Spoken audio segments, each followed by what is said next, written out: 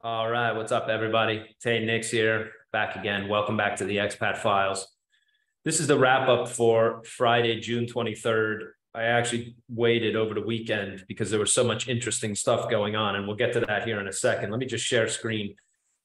This is, in some ways, the main story of our time, and I hope that remains the case. I'm talking about de-dollarization. In other words, I hope we're not talking more and more about war. But that's entirely possible. And there was all kinds of drama over the weekend of June 24th and 5th. And so this is a story about Asian banks ditching the dollar, Asian central banks figuring out how they can operate outside the dollarized system. This was only a matter of time. Everybody knows that this is happening. I think if you listen to pundits, the kind of people like the Jim Cramers and Kevin Harringtons of the financial world, you hear the story over and over again, but who cares? Because, right, all these countries are sort of nickel and dime, penny ante kind of players, and they don't amount to much. But of course, all together, they amount to a lot. That Asian central banks are ditching the dollar, and why would they do business in the currency of their enemy? Makes total sense. But what's interesting about this is they adopted a technology from Iran, right, to do it. In other words, the alternative to the SWIFT system, which is how large banks transfer money outside their borders. And the SWIFT system, of course, is controlled by the US ultimately, although it's in Brussels. The SWIFT system is the messaging system that allows banks to settle transactions. And not surprisingly, right, somebody else has figured out, well, hey, we can do a messaging system and settle large transactions as well. And it's the Iranians who are doing this for the Asian central banks. So that's kind of interesting. More of that to come. I mean, the growing list of countries joining the BRICS are joining the BRICS because they want to do business outside the dollar, because they're fed up with the kind of coercion and the kind of nonsensical, right, we will tell everybody what to do and you better behave. And if we say jump, you better do it and not ask how high kind of bullshit that comes out of Washington. So this is not surprising. But I think the thing to watch, for regular people, if you're an investor, if you're a business owner, if you're somebody who cares about your freedom and your liberty for your following generations as well, it seems worthwhile to pay attention to this. Understand, will the dollar disappear? No, probably not. I mean, the US is still a major player, but if there's a massive lack of demand for dollars because these countries are no longer transacting in dollars, and the big player in all of this is Saudi Arabia, and the Saudis too are applying to join the BRICS, and they will be accepted. You can be sure of that. And that all of these countries are banding together to do away with the incredible power of coercion that the US has possessed, because we can use our currency as a weapon against other people, other nations. That all of this is happening amounts to, taken together, it amounts to a lot, because at a minimum, what's going to happen is there will be less demand for dollars. If there's less demand for dollars, and there's approximately, I don't want to explain all of this, but you can study this online, or perhaps I'll cover it in another, I'll get somebody on who can talk about it more intelligently. There's approximately $7 trillion in what's called the euro dollar market. These are banks that are allowed to create dollars outside the US banking system. In other words, these are banks outside the United States that are also dealing in dollars and that create credit in US dollars, right? And if $7 trillion has to find a home and there's no place for it, right, and all that money comes back to the United States, the inflation you see today is, right, we'll have inflation unlike anything we've ever seen in history.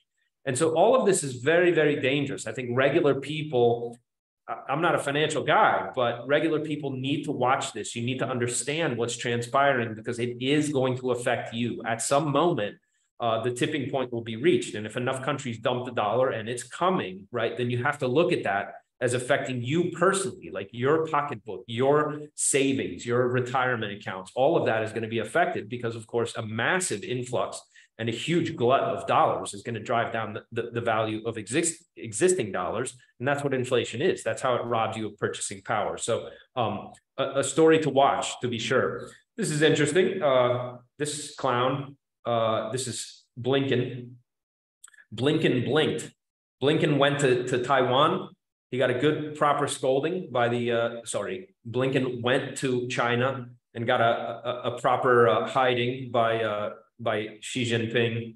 And then immediately went on and did this. I'm not going to play it for you, but I'll put the link to the video here in Twitter, where he immediately jumped on and told the world how the United States is now not in favor of Taiwan independence, is in favor of the Chinese stance, et cetera, et cetera, et cetera. So, I mean, is this a big pivot in foreign policy? In a sense, it had to happen. Everybody in Washington is fully aware. We have no business starting a war or taking on Russia. But even if we did that, there's no possibility they're going to fight the Chinese too. And so this to me is a positive development.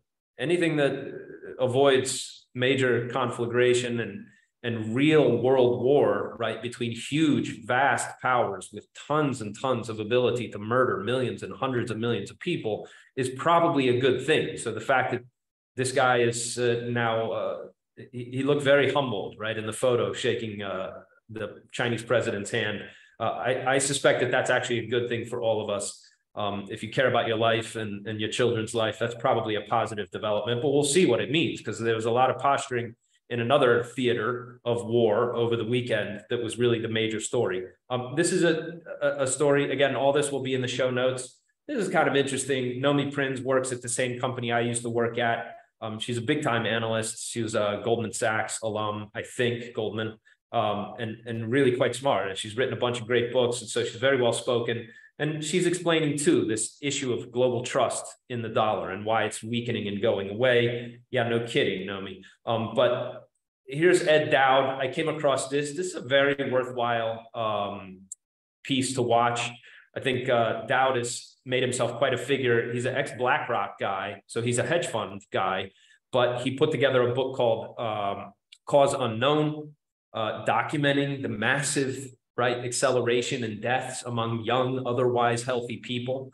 Gee, what could have caused that? You're not allowed to say, but he gives just an outstanding, he's a numbers guy. Obviously, he's a quant, right? This is a guy who just looks at numbers and graphs and crunches data all day in order to make money for himself and for his former employers. But he's put together such an unbelievable body of work and evidence.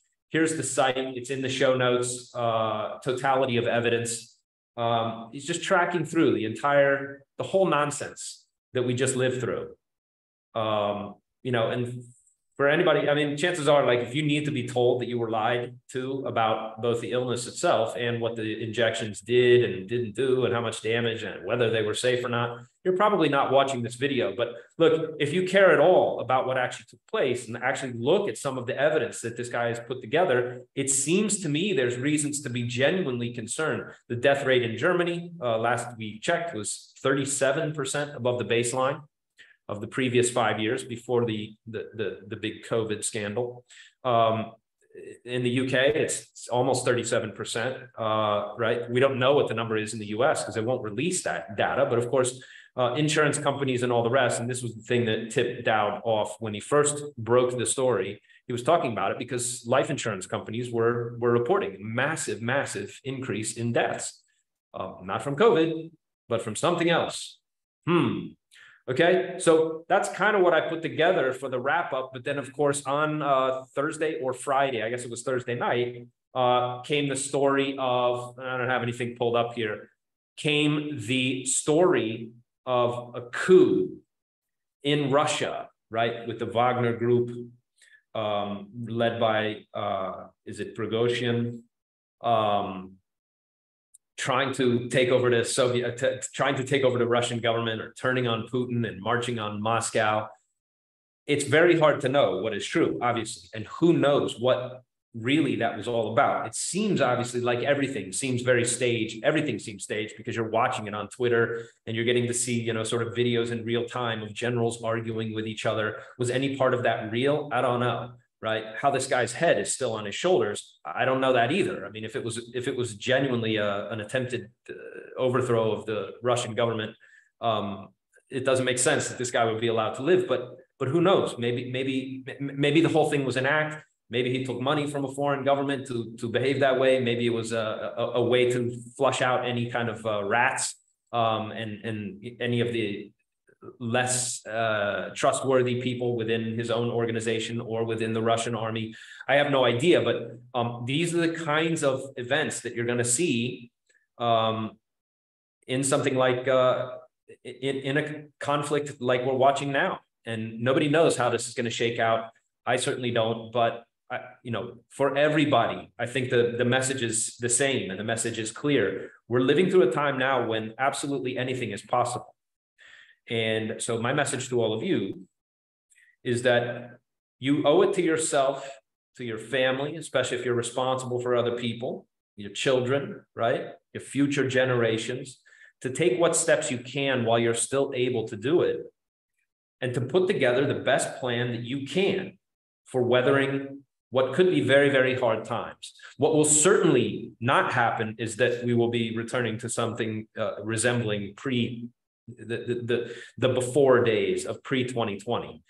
You can be sure that that era is completely and well and truly finished, and for a variety of reasons. And if you need somebody to tell you that, it means you're not paying very close attention. But understand that those days are over, and our position here at Expat Phyles, and the whole reason I created this organization, is to give you the best options to internationalize yourself so that you can move fluidly between jurisdictions. Both your family and your assets can be in places that are least likely to see harm, where your assets are the least likely to be confiscated, where your family is the least likely to be hassled or held under house arrest and lockdowns again and all that bullshit that we live through. There are places in the world that are benefiting from what is taking place. And this is my main message to all of you. There are many, many places where you could go where you are much freer than you are in your home country. And does that mean you need to sell everything and leave and never come back? Well, no, not necessarily. Not if you don't want to do that. And I'm certainly not saying that anybody has to do that. It's not my opinion that you have to flee for your life, but having a good backdoor escape plan already in place is much, much better than not having one right now. And also, it's so easy to do. Most of what you need to do to put your assets out of the reach of your home government can be done from your home, from your living room. You could pick up the phone and call and get some of this stuff underway and have it done within a matter of weeks. And if for no other reason than just sleeping better, right, you'll know that your family wealth, your generational wealth that you're building up, that you've worked hard to accumulate, is going to be safe from the worst of what's coming. I tell you how we do this. If you want to get over to Sovereign Expat Phyles, that's Phyles, P-H-Y-L-E-S. The address to the website is below. You can also see some of this for yourself and read a free report about the 4 major pillars. There's 4 things primarily that you have to do to make sure that you're as safe and as bulletproof as you can make yourself at this time. Everything else is going to have to be done basically by improvisation, depending on what happens in the world. But by and large, you will have set yourself up to protect yourself from the #1 risk of all, which is political risk inside your home country. If you're in the US or Canada, this is especially true, and it's especially poignant. And also, understand this window to take action is not going to remain open forever. At some point, capital controls are coming, people controls are coming. We've already seen people controls during the lockdown years. And so all of this is now very, very time critical. But you do have the option to take steps to protect yourself, to protect your family, to set yourself up so that you have options when things get really ugly, and they will get ugly before all of this is finally settled and everything shakes out into whatever the news cycle is going to be.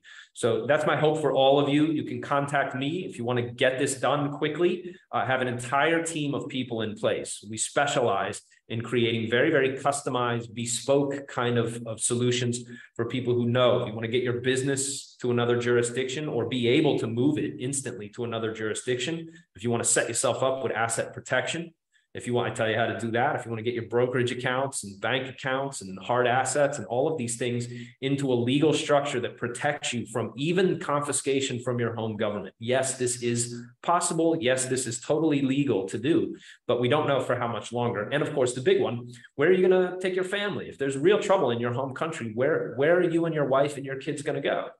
right? This is worth thinking about now, because if the trouble comes, it's going to be too late to think about it. It's going to be too late to do anything except hunker down and weather the storm in place. And that's not what you want to be doing. History tells us that the best solution to the kind of trouble that countries are facing today, even countries in the West, even countries in Europe and North America, right, is to simply get out of town. That means remove yourself from the hotspot, remove yourself, remove your loved ones, and get your assets to high ground. And you'll be much better off for it. Whereas in the worst possible case, right, you end up with a great vacation someplace, and maybe a great vacation home that gives you a nice fat return by the time all the dust settles when it's time to sell, versus not having that option at all. And so that's my hope for all of you. Thanks very much. If you head over to Sovereign Expat Files, there's all kinds of other good material for you to read and educate yourself on. And if you want to get in touch with me, the contact information is below this video. Thanks very much. And everybody stay safe. I'll talk to you in a week.